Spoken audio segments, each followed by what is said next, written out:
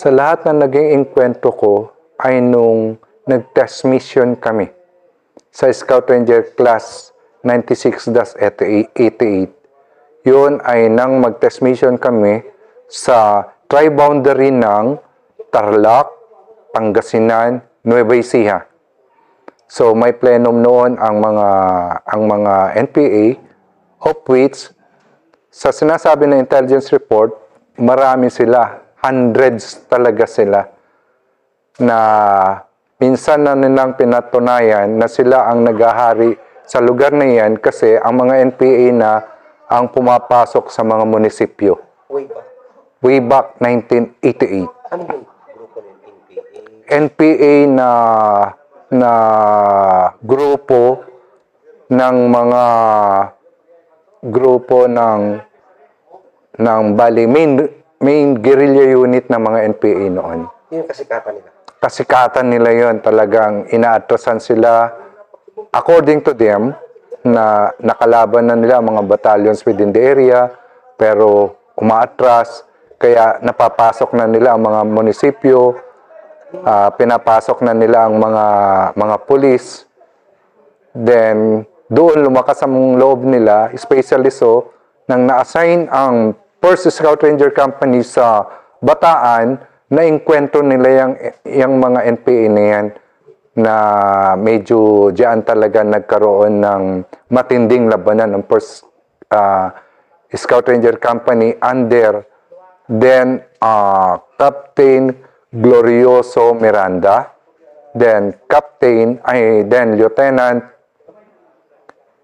Dave Dabalan. Yan, sila ang magkasama noon. Kaya nung pinakawalan kami sa test mission, magmula Port Magsaysay, tinransport kami hanggang sa border ng Pangasinan along the shoreline. So parang ano talaga siya? Dikit na. Parang dumikit kayo sa shoreline na. Shoreline talaga kasi maglalakad pa kami ng mga halos sa isang araw para marating namin yung target. So, ang nakalagay sa amin na target is malapit sa vicinity ng Mount Mangatarem. At doon unang inintroduce ang spaghetti type of operation. So, sa inyo yan? Oo. Kami ang unang-unang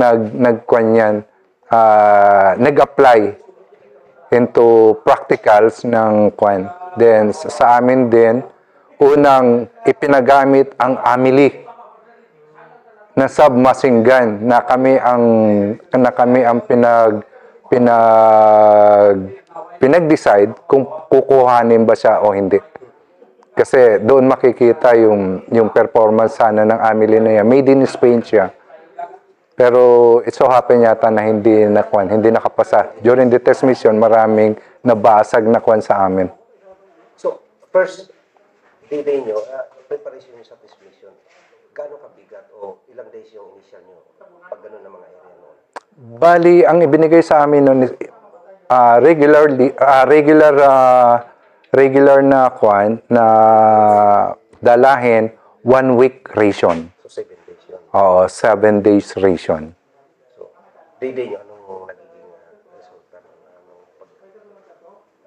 nagaling sa LDLC? So, magmula sa kwan, sa line of departure namin, from the target, naglakad kami ng mahigit na kalahating araw. So, nagumpisa kami ng madaling araw na paglalakad. Though hindi kami oriented sa area, nagkuhan ako. Ang ginawa ko is direct compass. Kasi hindi ko pa alam ang area. Then, nag-estimate na lang kami sa mapa. Then, ang dinadaanan namin ay densely planted ng buho. So, ang buho, parang family siya ng kawayan na manipis. Na kahit maglakad ka, hindi ka talaga makikita kasi densely populated siya. Kaya ang movement namin napakabagal. So, from there and then, pag makalabas kami, makakita kami ng barangay, wala talaga tao. Then, tuloy lang ang movement. Pasok na naman sa bundok para hindi kami makita. Yung mga barangay, walang tao? Walang tao. na mere indication na naghahari talaga ang mga NPA that time. Hindi nagpapaabot ng dilim ang mga tao sa mga bahay-bahay. Umuuwi sila sa poblasyon. So, buhay yung barangay na yun? Buhay yung barangay na yun. Pag-araw, nagpupunta yung mga may-ari para tingnan yung mga alaga nila, tingnan ang pananim. Pero bago dumilim, mga alas 3 pa lang ng hapon, umaalis na sa area. Dahil sa kalakasan ng NPA? Dahil sa kalakasan ng NPA. Okay, so ano yung naisip nyo ng mga barangay na dahil? So, ang assessment namin na dahil nga maaga pa umaalis sila, so ibig sabihin, maaaring ang mga kalaban ay dumarating ng mga ganong oras. So, kaya pinilit namin maglakad papunta doon sa target para umabot kami ng at least 2 to 3 alas 2 or alas 3 ng hapon para magka-enkwentro man, medyo maliwanag pa. At nagkatotoo.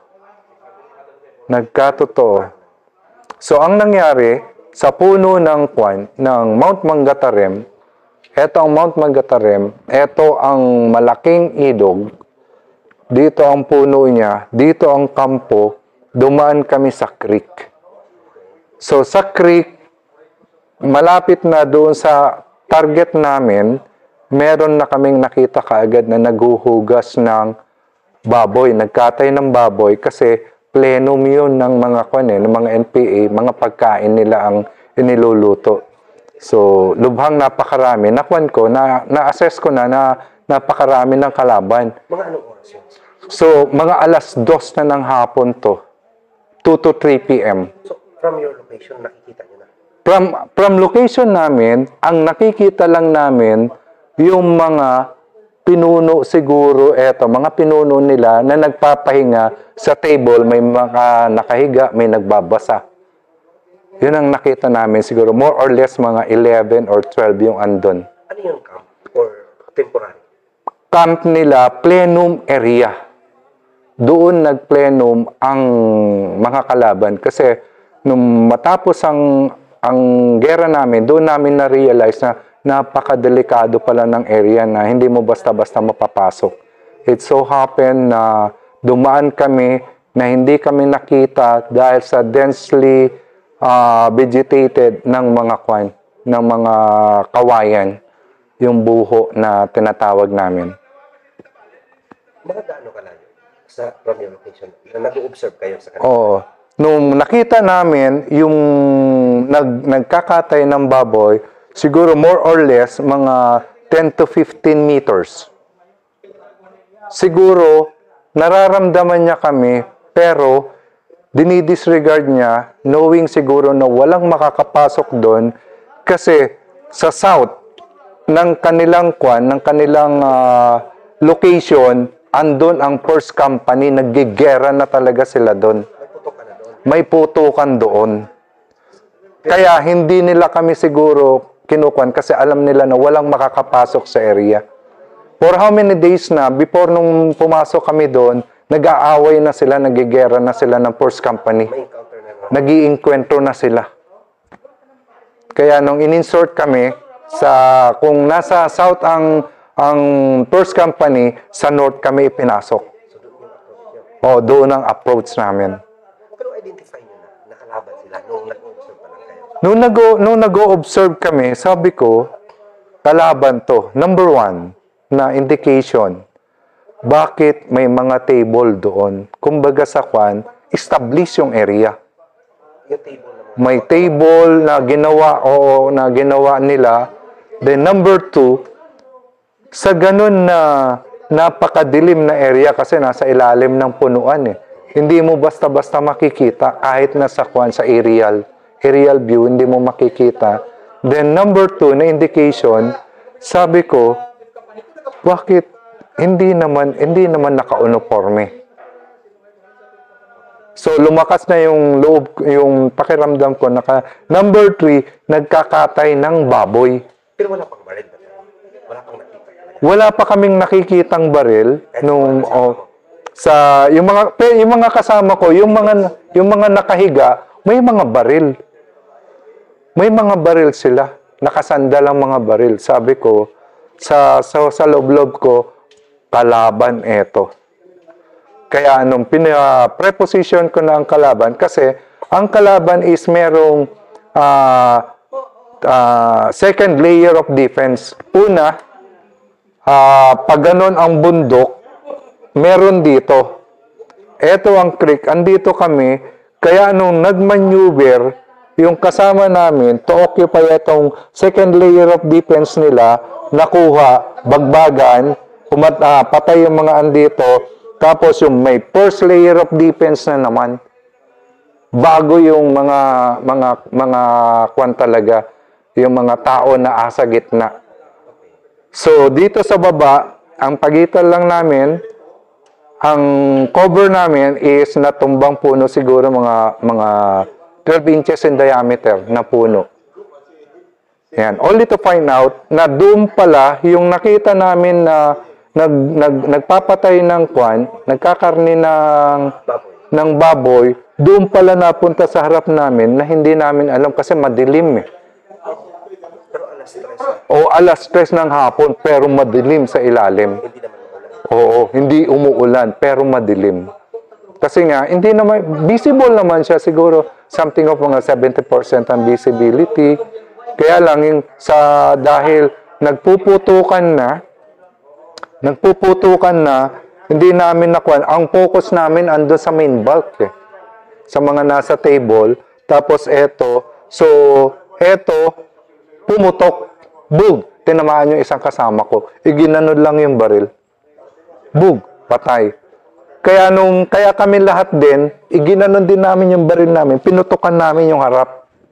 Harap mismo namin, lang eh, 12 inches in diameter lang yung pagitan namin eh. Bug, bug, bug, bug, bug, bug, bug. Wala nang pumutok. Pero yung second team ko, sinasabi, Sir, buhay pa yung nasa harap nyo. O sige, ikaw ang pumutok, kaya hindi namin makita. So, pinuputukan niya, Sir, hindi mamatay. Putukan mo lang ng putukan, sabi ko, habang busy kami na pumuputok sa harapan. So, grabe din yung return fire ng kalaban. Grabe din ang return fire ng kalaban. Kung kukunin mo, only to find out na nung pumutok sa kwan namin, sa pinaka-east namin, may pumutok rin sa west, only to find out na platon-platon pala yung kwan nila, security nila. Kaya nung pumutok kaya to, wala kami magawa, hindi na kami maka-atras, idinikit ko yung tropa doon sa nasa gitna. Pero wala nang Oo, patay na yung mga kwan. So hindi nila maputukan ngayon kasi akala nila mga kasama pa rin nila, hindi na nila kami maputukan. Pero nag-gun run battle na kami doon. Bilisan na, sampalan na yung labanan. Walang sigaw na nangyari sa kalaban. Hindi sila sumigaw. Sumigaw yung unang kwan namin, first burst of fire namin, peak target eh. Nung 14 kami plus isang lane umpire, peak target, first burst of fire, lahat kami may napatay ka agad eh. So yun yung dissemination mo? Oo, na peak target. Peak target, nung pag-peak target namin, boom, may sumigaw sa kanila, mga kasama kami. Sumisigaw, mga kasama kami, sabi hindi kami kalaban. Anong hindi? Sabi ko, mga kalaban yan, mga NPA yan, doon. Nagratratan na. Kasi nung sinabi ko, mga NPA yan, siguro parang nakuha nila, sundalo kami. Yung bugbugan na. So ang expectation nila, baka kasama kami, kaya hindi sila makaputok kaagad. Kasi hindi pa nila kayo nakita. Walang nakakita sa amin. Then ang alam nila na kalaban, yung first company. Kaya nakapokus sila sa first company eh. Yun. So while ongoing ang firefight, sir, matagal yung labanan? Siguro from mag-aalas 3 hanggang maggagabi. Magdidilim na talaga, wala ka na makita. Na from the area, pag lumabas ka sa taas ng bundok, maliwanag. Pero dahil nga densely vegetated, madilim sa ilalim. Madilim sa ilalim ng creek. Kaya napakaganda ng kanilang kampo, kahit na mag-aerial recon ka, hindi mo talaga makikita. Yun. inyo na talaga siya. Oo. Ang makakakita lang talaga doon kung papasukin mo. Makikita mo yung ilog doon sa kabila niya. Andun yung pinakamalakas na trenchera nila na pag doon ka dumaan, wala kang dadaanan. Walop kayo talaga. Kasi ang ilog, kung tatawirin mo hanggang leeg eh.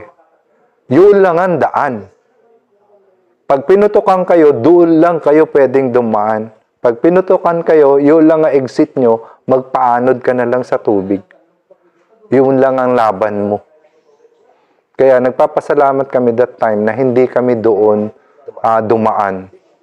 Na nakadaan kami sa north nila instead na sa east or west.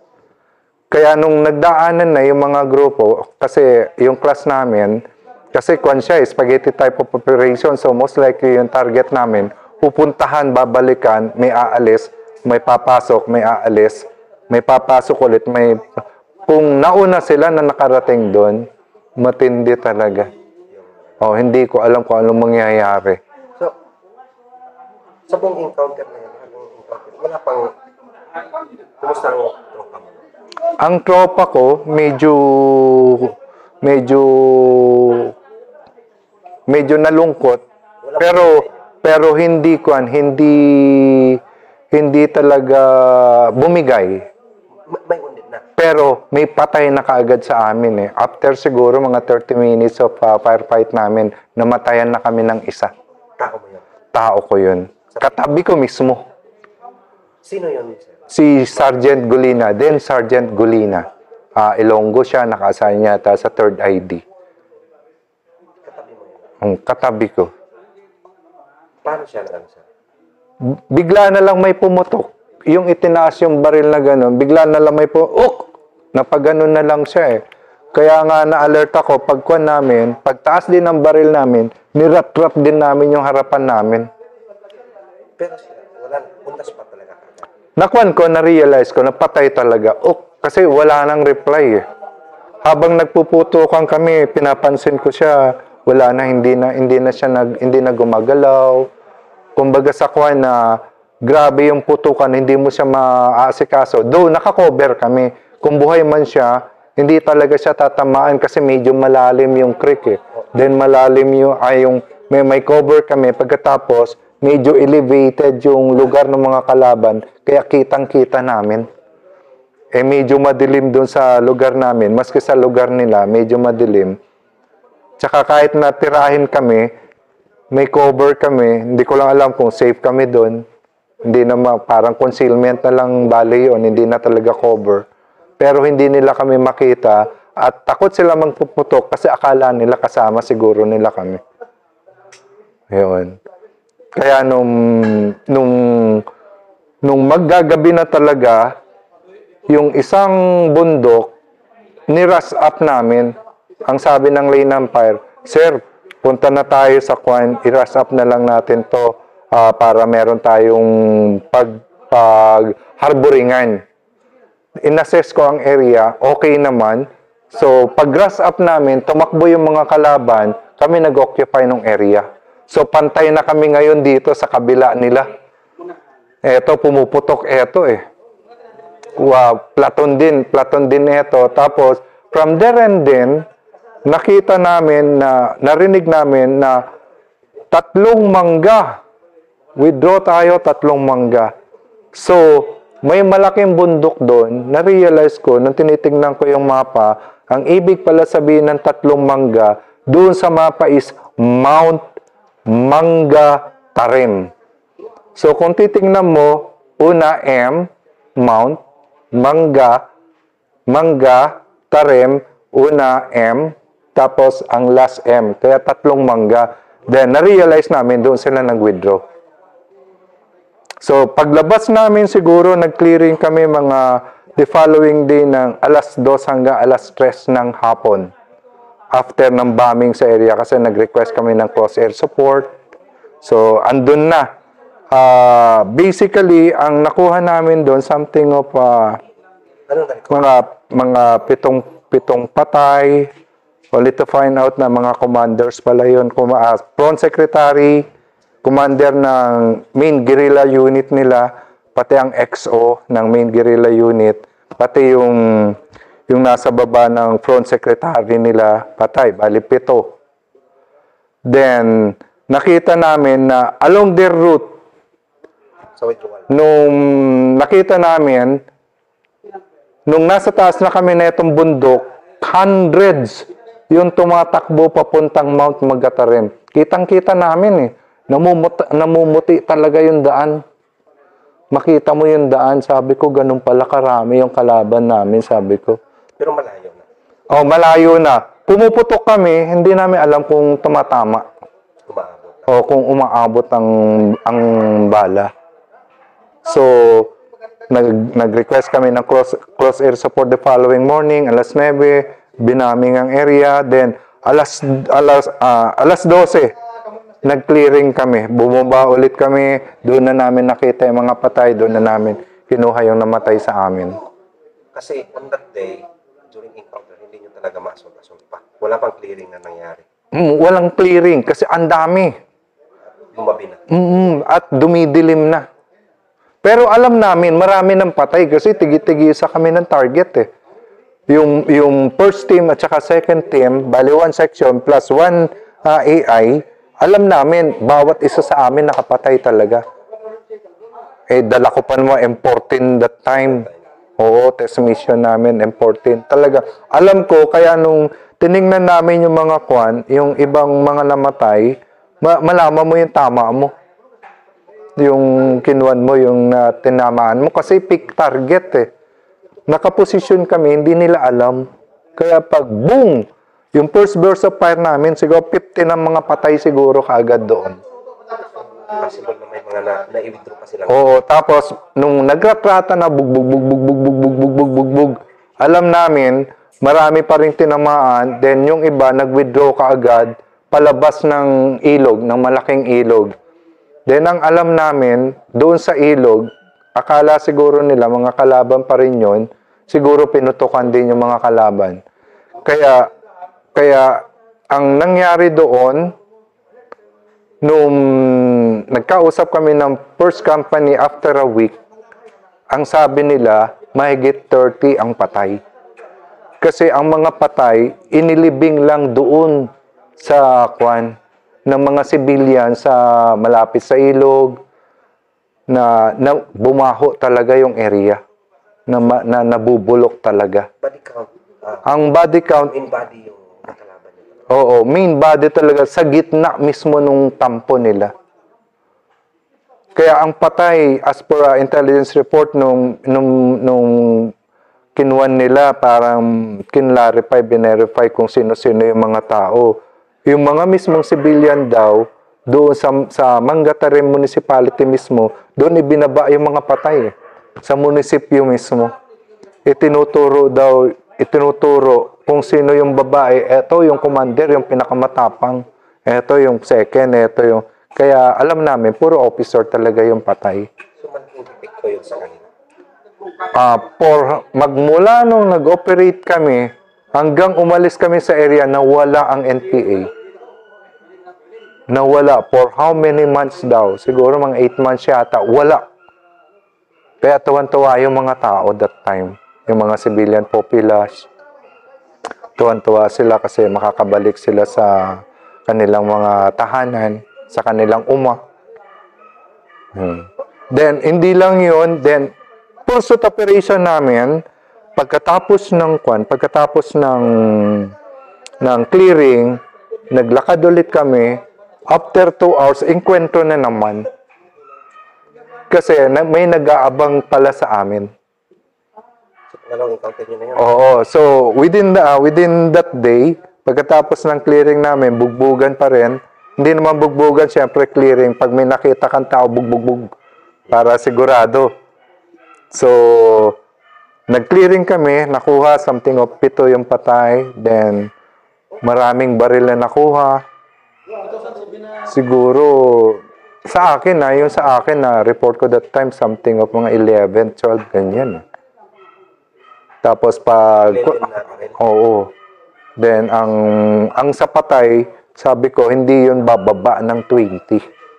kung patay ang pag-uusapan. Kasi yung nakuha na namin kaagad na isa kaysa chopper, 7 na kaagad eh.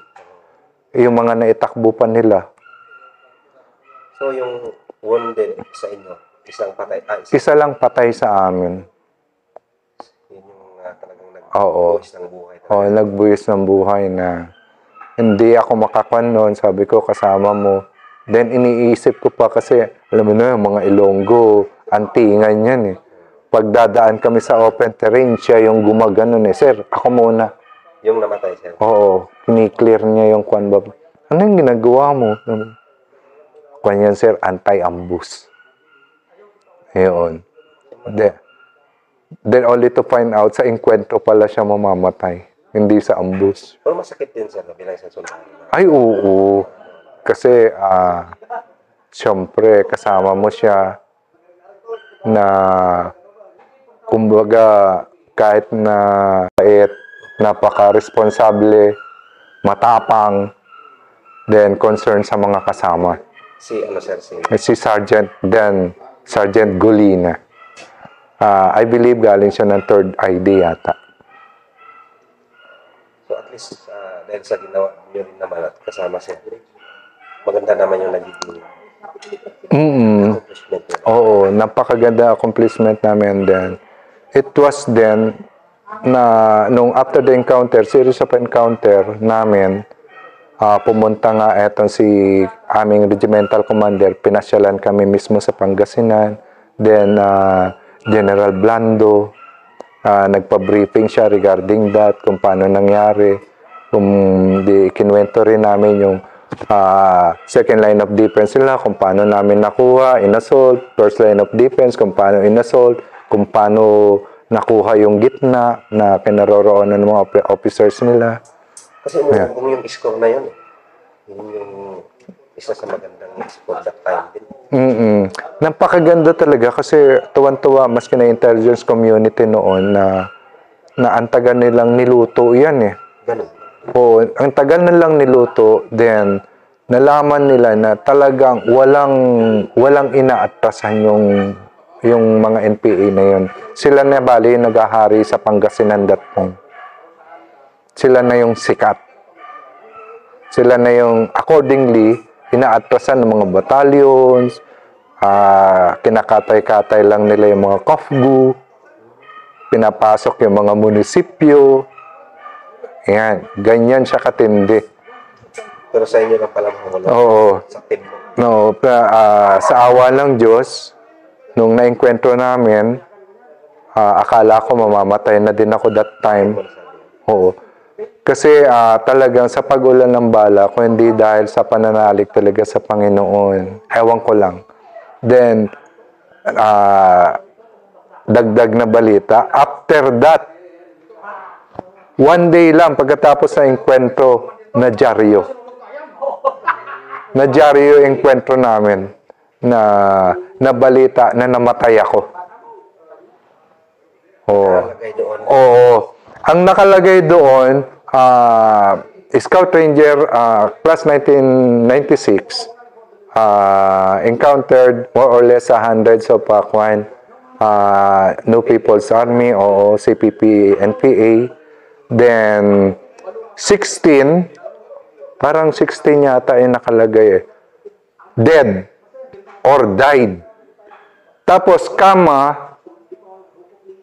yung pangalan ko, kasama doon, next page na yung kasunod.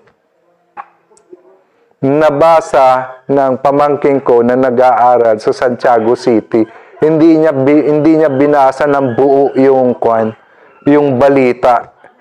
Umiiyak siya na nagsumbong sa nanay at tatay ko na patay na ako. Kaya yung mga uncle ko, mga kaibigan ko, nagpupunta na sa bahay, kukunin na daw yung bangkay ko, pupunta sila ng Pangasinan. Kaya grabe yung balita eh. Pero ano lang pala, ano yun? Oh,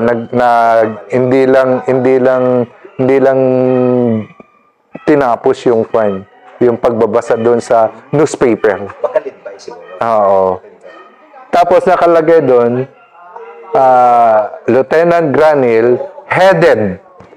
Ayun. headed the group, so, the Scout Ranger group. Parang something like that. Hindi na ituloy. Kaya nabalita, namatay ako. Sabi ko, ano ba yan? So, napaka-ano din, sir, napakasarap din sa kiramdam mo.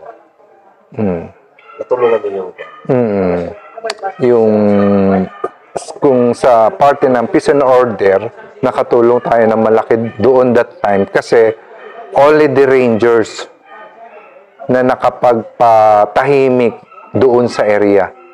Wala lang inaatrasan yung mga kalaban eh. Imagine, first company nga, medyo nahirapan. Medyo nahirapan sila. Kung hindi lang talaga directly natumbok yung pinakapuso nila, magmamalaki yung mga NPA na walang makakatalo sa kanila.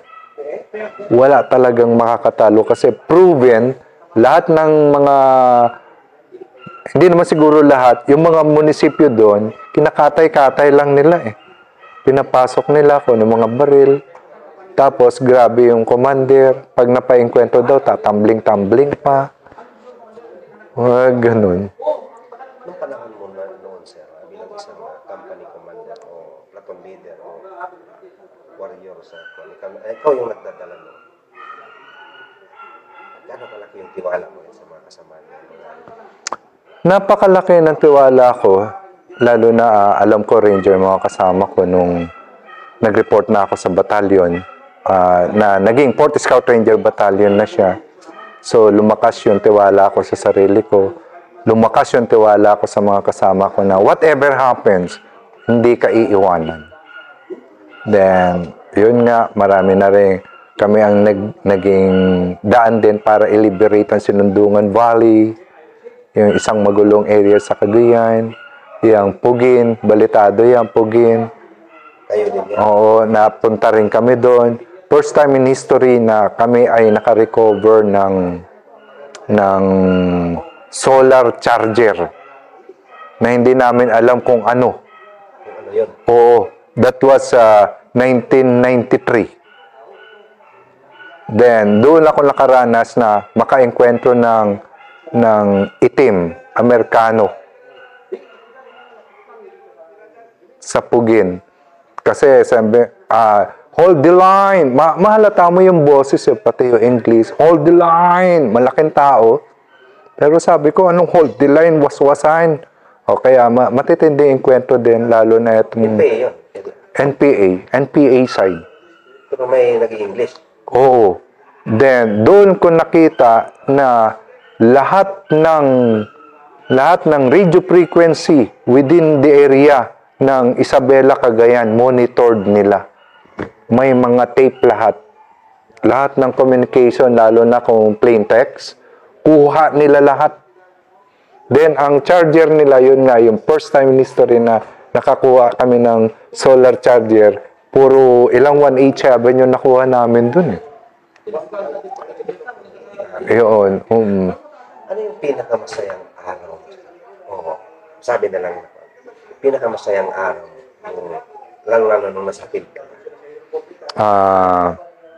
Ang pinakamasayang araw o pinakamasayang experience ko nung ako ay platoon leader ng aking company commander, dahil siguro sa conscious siya sa kanyang kagwapuhan, na ang kanyang daladala ay ano yung pangpuna sa sa mukha, yung Powder?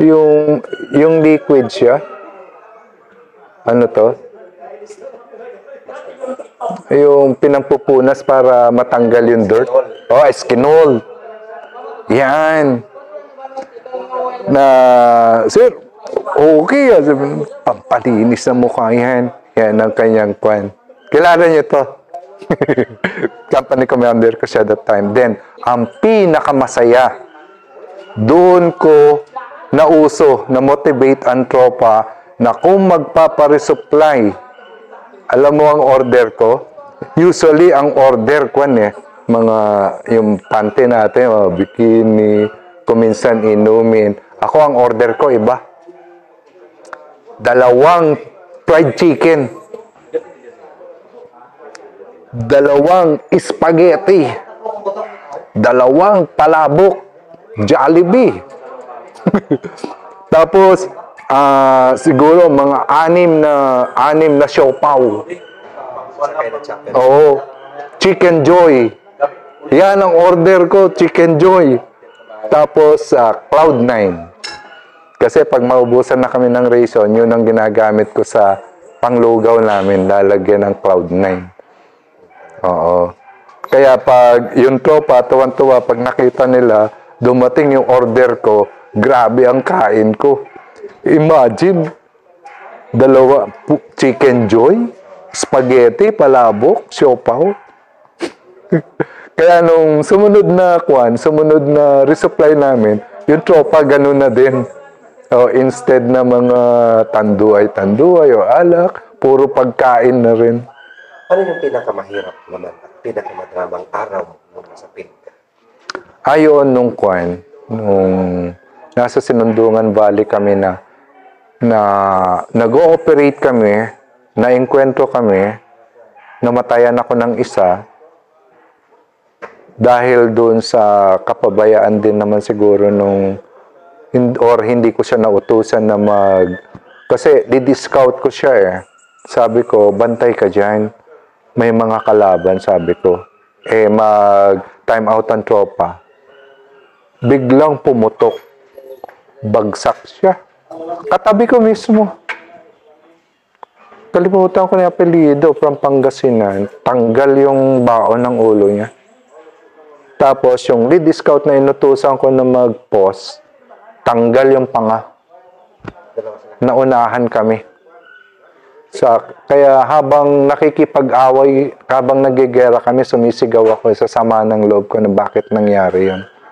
Na hindi ko na alam kung tatamaan ako, hindi. Tumatayo na ako sa away. Sigaw!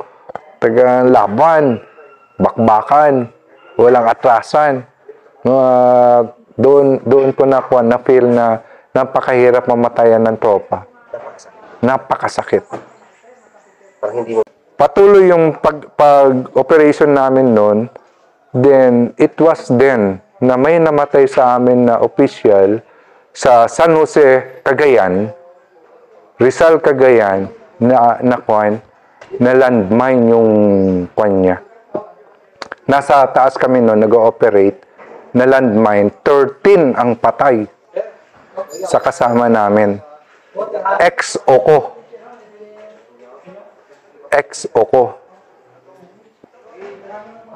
Yun, papunta sa pauwi sana, parang kukuha yata ng mga pang-resupply namin. Then, na-landmine sila. 13 ang patay, lumipad ang aming Kennedy, mataas pa raw sa Gusto ko sanang bumaba nun para makiramay, pero wala. Hindi kami pinayagan, kaya nag-focus ako sa engkwentro talaga. Until such time na kuha namin ng mga target namin, maganda ang accomplishment. Yun nga lang, ang ikinasasama ng loob ko lang, kinasasakit ng loob ko, na siguro sobrang mainit lang talaga ako na sa team na sinamahan ko ng aking radyoman, 2 lang kaming natira. Wounded lahat, patay yung isa, wounded lahat. Kami lang ang bilin doon sa team na sinamahan ko. Pero, masaya ako na yung iba wounded lang. Then, actually, nararamdaman ko kasi kung may enkwentro ako. Hindi ko alam sa'yo, God's gift. Na pag nag-move ako, na nanghina ako, alam na ng tropa yan, na pag naglakad kami, may enkwentro yan. Yung parang gumaganon ako. Oo, parang may mirage, may mirida sa akin. Na pag gano'n na nakita nila, handa kayo, enkwentro to. Parang mainit ka rin talaga. Oo, mainit lang din talaga siguro ako. Imagine, 1 team, ubos, kami lang ng radyoman ko ang natitira. Pero sa lahat ng mga napagdaanan, ano yung nagiging depensa mo sa sarili mo na umabot ka sa ganito? O naging sikreto? Sa akin, ang bali ang naging sikreto ko is every now and then na mag-move talaga yung pagdarasal. Every now na mag-move ako talagang hindi ko makakalimutan na magdasal. Humingi ng patnubay at protection sa Panginoon. Kasama na rin yung tropa na talagang nagdadasal. Nagdadasal ako talaga na humingi ng protection sa Ginoo. Kaya siguro hindi niya rin ako pinabayaan. Pinagkalooban niya rin ako ng lakas ng loob para matupad ko yung mga mission na iniatang sa akin. Na sometimes, kuminsan, ang mga boss ko, parang hindi naniniwala na magagawa mo yung mga bagay na yan, na ma-accomplish mo yung mission mo. But then, sa tulong ng Panginoong Diyos, magagawa mo. Na ang hindi ko talaga makakalimutan na accomplishment is because of us na-liberate ang Pangasinan. Because of us is na-liberate ang Pangasinan. Nawala ang NPA for how many months? Siguro mahigit na siguro more or less mga 3 quarter bago sila naka-organize ulit. Yun ang masasabi ko na hindi ko makakalimutan na contribution ng class namin at ng buong Force Scout Ranger Regiment as a whole. Nagbungay rin yung Oo. pinaghirapan. So because of magandang intelligence report din ng regiment noon, maganda ang pagkakaluto, maganda ang naging tactics. Yun, naging matagumpay yung kwan natin noon, yung ating kampanya laban sa CPP-NPA.